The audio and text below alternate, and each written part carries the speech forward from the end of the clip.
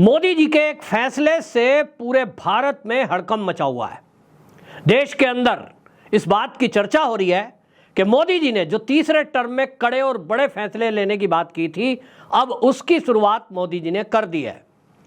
5 अगस्त का दिन मोदी सरकार पार्ट 1, पार्ट 2 या पार्ट 3, इसमें अब एक ऐतिहासिक दिन बनता जा रहा है। आपको बताऊं कि मोदी जी के जो बड़े फैसले मोदी सरकार ने लिए हैं, उसमें 5 अगस्त के दिन ही कश्मीर से वो धारा 370 मोदी सरकार ने हटाई थी, जिसके बारे में यह कहा जा रहा था कि यदि धारा 370 कश्मीर से हटाने का विचार भी किसी ने किया तो खून की नदियां बह जाएंगी। हमने देखा मोदी जी ने 2019 में धारा 370 हटाई और वहां कोई, जैसा योगी जी कहते हैं, मच्छर भी नहीं मरा। ये बात अलग है कि यदा कदा कुछ कुछ छुटपुट घटनाएं होती हैं, लेकिन जिस तरह की धमकी दी जा रही थी मोदी को, वो नहीं हुआ। दूसरा फैसला 5 अगस्त के दिन ही 2020 में हुआ और मोदी जी ने अयोध्या में जो भव्य राम जी का मंदिर है, उसके बीच की जो रुकावटें थी वो दूर की। सुप्रीम कोर्ट का फैसला हित में आया और वहां भूमि पूजन किया। अब 2024 का 5 अगस्त, अब आप समझ लीजिए कि उसमें क्या ऐसा बड़ा मोदी जी करने जा रहे हैं। तो जी हां, आपको जिस बात का एक इच्छा थी, एक अपेक्षा थी और जो मोदी सरकार से सब लोग करने के लिए बात कह रहे थे, मैंने आपको बताया था कि 3 ऐसे महत्वपूर्ण काम हैं जो मोदी सरकार इस तीसरे टर्म में करना चाहती है। एक है जनसंख्या नियंत्रण, एक यूसीसी पर कानून और तीसरा है वक्फ बोर्ड एक्ट, उसको समाप्त करना। तो मोदी जी ने एक बीच का रास्ता निकाला है, क्योंकि अभी समाप्त करने के लिए जो राज्यसभा में बहुमत चाहिए वो बहुमत नहीं है और इसके कारण कई सारे विवाद भी हो सकते हैं। लेकिन अब 40 संशोधनों के साथ 40 संशोधन इस वक्फ बोर्ड एक्ट में किए जा रहे हैं।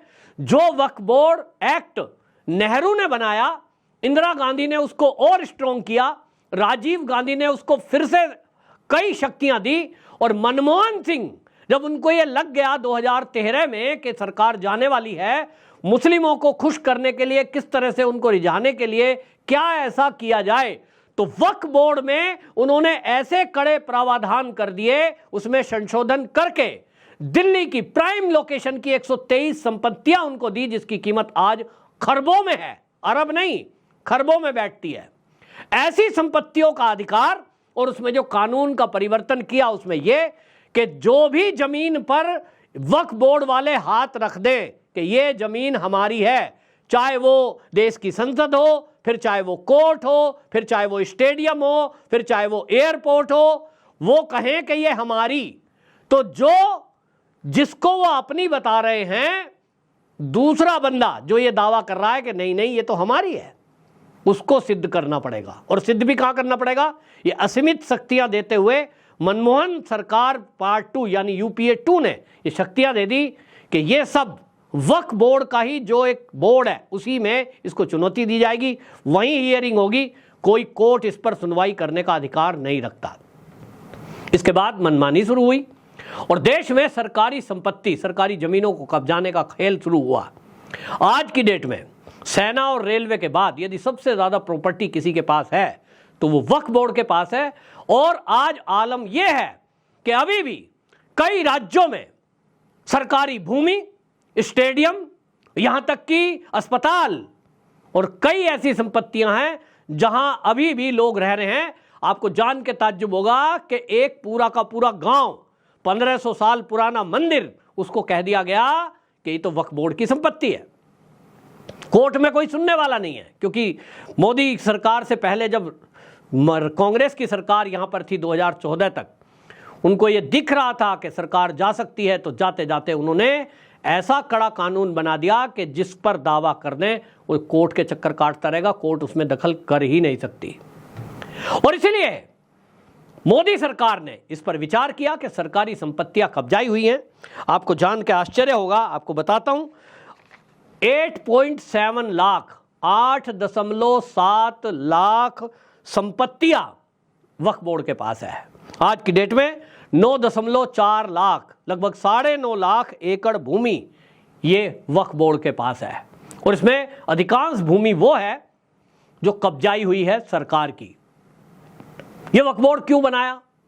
तो आपको बता दूं, नेहरू जी जब देश के पहले प्रधानमंत्री बने तो उस समय कुछ मुस्लिम कम्युनिटी ने ये बात उठाई कि साहब यहाँ से बहुत सारे मुसलमान पाकिस्तान चले गए हैं, तो ये जो संपत्तियां यहाँ रह गई हैं इनकी देखभाल करने के लिए ये हमें अधिकार दिया जाए, क्योंकि वो तो हमारे धर्म के लोग हैं।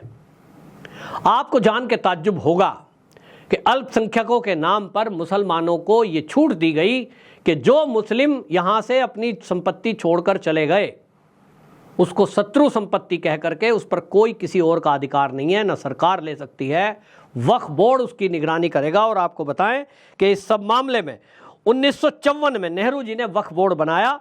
1964 में इसमें कानूनों का प्रावधान कड़ा करते हुए पूरे देश में जो संस्था देखेगी उसके लिए central Waqf council of India, central Waqf council of India बना दी गई 1964 में।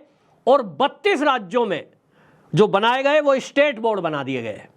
और ये तय हो गया कि अब पूरे देश में स्टेट वक्फ बोर्ड स्टेट की संपत्ति देखेगा, सेंट्रल वक्फ बोर्ड जहां आप समझिए यूटी है यानी यूनियन टेरेटरी है वहां, और उसके अलावा सेंट्रल की जो संपत्तियां हैं जैसे कि रेलवे, ये सेंट्रल की संपत्ति है, केंद्र सरकार के अधीन है।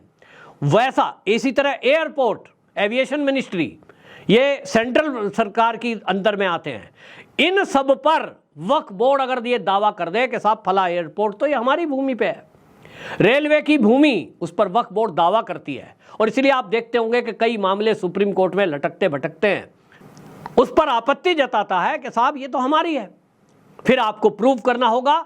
ये कांग्रेस ने कानून बना दिया कि यदि वो आपके या मेरे घर पर ये कह दें कि ये संपत्ति हमारी, तो आज का जो कानून है कांग्रेस का बनाया हुआ, उसके अकॉर्डिंग मुझे और आपको ये कोर्ट में पेपर ले जाने पड़ेंगे वक्फ बोर्ड के सामने कि साहब ये मैं है मालिक, मैं हूं इसका, इतने इतने साल से पुराना लेके जाओ। और अगर गलती से आपके पास वो पेपर नहीं है तो आपको वो भूमि खाली करनी पड़ेगी। और इसीलिए कागज नहीं दिखाएंगे कहने वाले, ये कानून के तहत पूरे भारत के कागज देख सकते हैं, जिसको चाहे कहें ये संपत्ति हमारी। और आपको एक उदाहरण देता हूं कैसे होता है।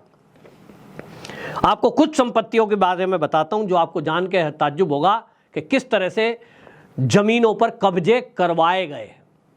तमिलनाडु में वक्फ बोर्ड ने हिंदू बहुल एक वहां गांव है उसको वक्फ बोर्ड की संपत्ति घोषित कर दिया। तमिलनाडु का वो जो गांव है त्रिची में तिरुचेंथुराई ये गांव है। और उसमें हुआ ये कि राजगोपाल नाम का एक व्यक्ति है, उसको गरीबी थी, कुछ ज़रूरत पड़ी, तो अपनी 1 एकड़ ज़मीन वो किसी पड़ोसी को बेचने के लिए वो रजिस्ट्रार के ऑफिस में गया कि भाई रजिस्ट्री करानी है तो ये ज़मीन मुझे बेचनी है। तो ये जो राजगोपाल है ये ज़मीन बेचने के गया राजेश्वरी को, और राजेश्वरी ने क्या किया कि ये पता कर लें कि भाई रजिस्ट्री करानी है। जनरल ये होता है कि रजिस्ट्री करानी है तो पता कर लें मालिकाना अधिकार इसका है भी कि नहीं। पेपर दिखा रहा है, रजिस्ट्री दिखा रहा है, लेकिन टैली कर लें ये है कि नहीं, ओरिजिनल रजिस्ट्रार ऑफिस से जारी की हुई। जैसे ही उन्होंने पता किया तो पता ये चलता है कि ये तो संपत्ति वक्फ बोर्ड की है और वक्फ बोर्ड आगे लिखा हुआ है। तो भाई ये जो राजगोपाल अपनी जमीन समझकर जिस पर खेती कर रहा था ये तो हैप रह गया। जमीन तो मेरी है, मैंने खरीदी है, रजिस्ट्री मेरे हाथ में है, पैसा मैंने दिया, और जिससे ली वो गांव का ही आदमी था, हिंदू था, क्योंकि गांव ही हिंदुओं का है। और यहां सरकारी कागजों में लिखा हुआ है वक्फ बोर्ड प्रॉपर्टी। आप सोचिए कि वो व्यक्ति खड़ा का खड़ा रह गया, वो जमीन नहीं बेच पाया। ये बात अलग है कि आप खेती करते रहो, लेकिन आज नहीं तो कल आपको ये भूमि खाली करानी पड़ेगी, रजिस्ट्रार ऑफिस ने कह दिया। संपत्ति ये है। और इसी गांव में 1500 साल पुराना मंदिर, वो भी दावा था ये, और कहा कि चेन्नई जो वक्फ बोर्ड है वहां से जाकर एनओसी लेके आओ तब आप जमीन बेच सकते हो। और 1500 साल पुराने एक मंदिर और उसकी 669 एकड़ भूमि, ये भी हिंदू बहुल गांव में गांव वालों के द्वारा मंदिर बनाया गया था कभी 1500 साल पहले, और सोचिए उसको कह रहे हैं वक्फ बोर्ड की है। दूसरा उदाहरण, महाराष्ट्र के कोल्हापुर में मोहम्मदेन एजुकेशन सोसाइटी है, उसकी 3500 करोड़ रुपए की संपत्ति पर वक्फ बोर्ड ने दावा किया है कि ये हमारी है, जबकि ये जो कोल्हापुर की मोहम्मदन एजुकेशन सोसाइटी है, आपको जान के आश्चर्य होगा कि ये 1906 में स्थापित हुई। साहू जी महाराज ने ये सोसाइटी स्थापित की थी और उनको ये प्रॉपर्टी दी थी, लेकिन आज वो कागजों में हेरा फेरी करके कब्जा किसका है? कब्जा तो आप सोसाइटी बनी हुई है उसका है, लेकिन उसको कह दिया गया है भैया खाली करो, ये जो संपत्ति है ये तो वक्फ बोर्ड की संपत्ति है। वो कह रहे साहब ये तो 1906 में सोसाइटी बनी है, पेपरों में बाद में लिखा गया है। वो कहते हैं साहब हमें नहीं पता, महाराष्ट्र की जो राज्य की बॉडी है वक्फ बोर्ड की, वो ये के बता रही है हमको।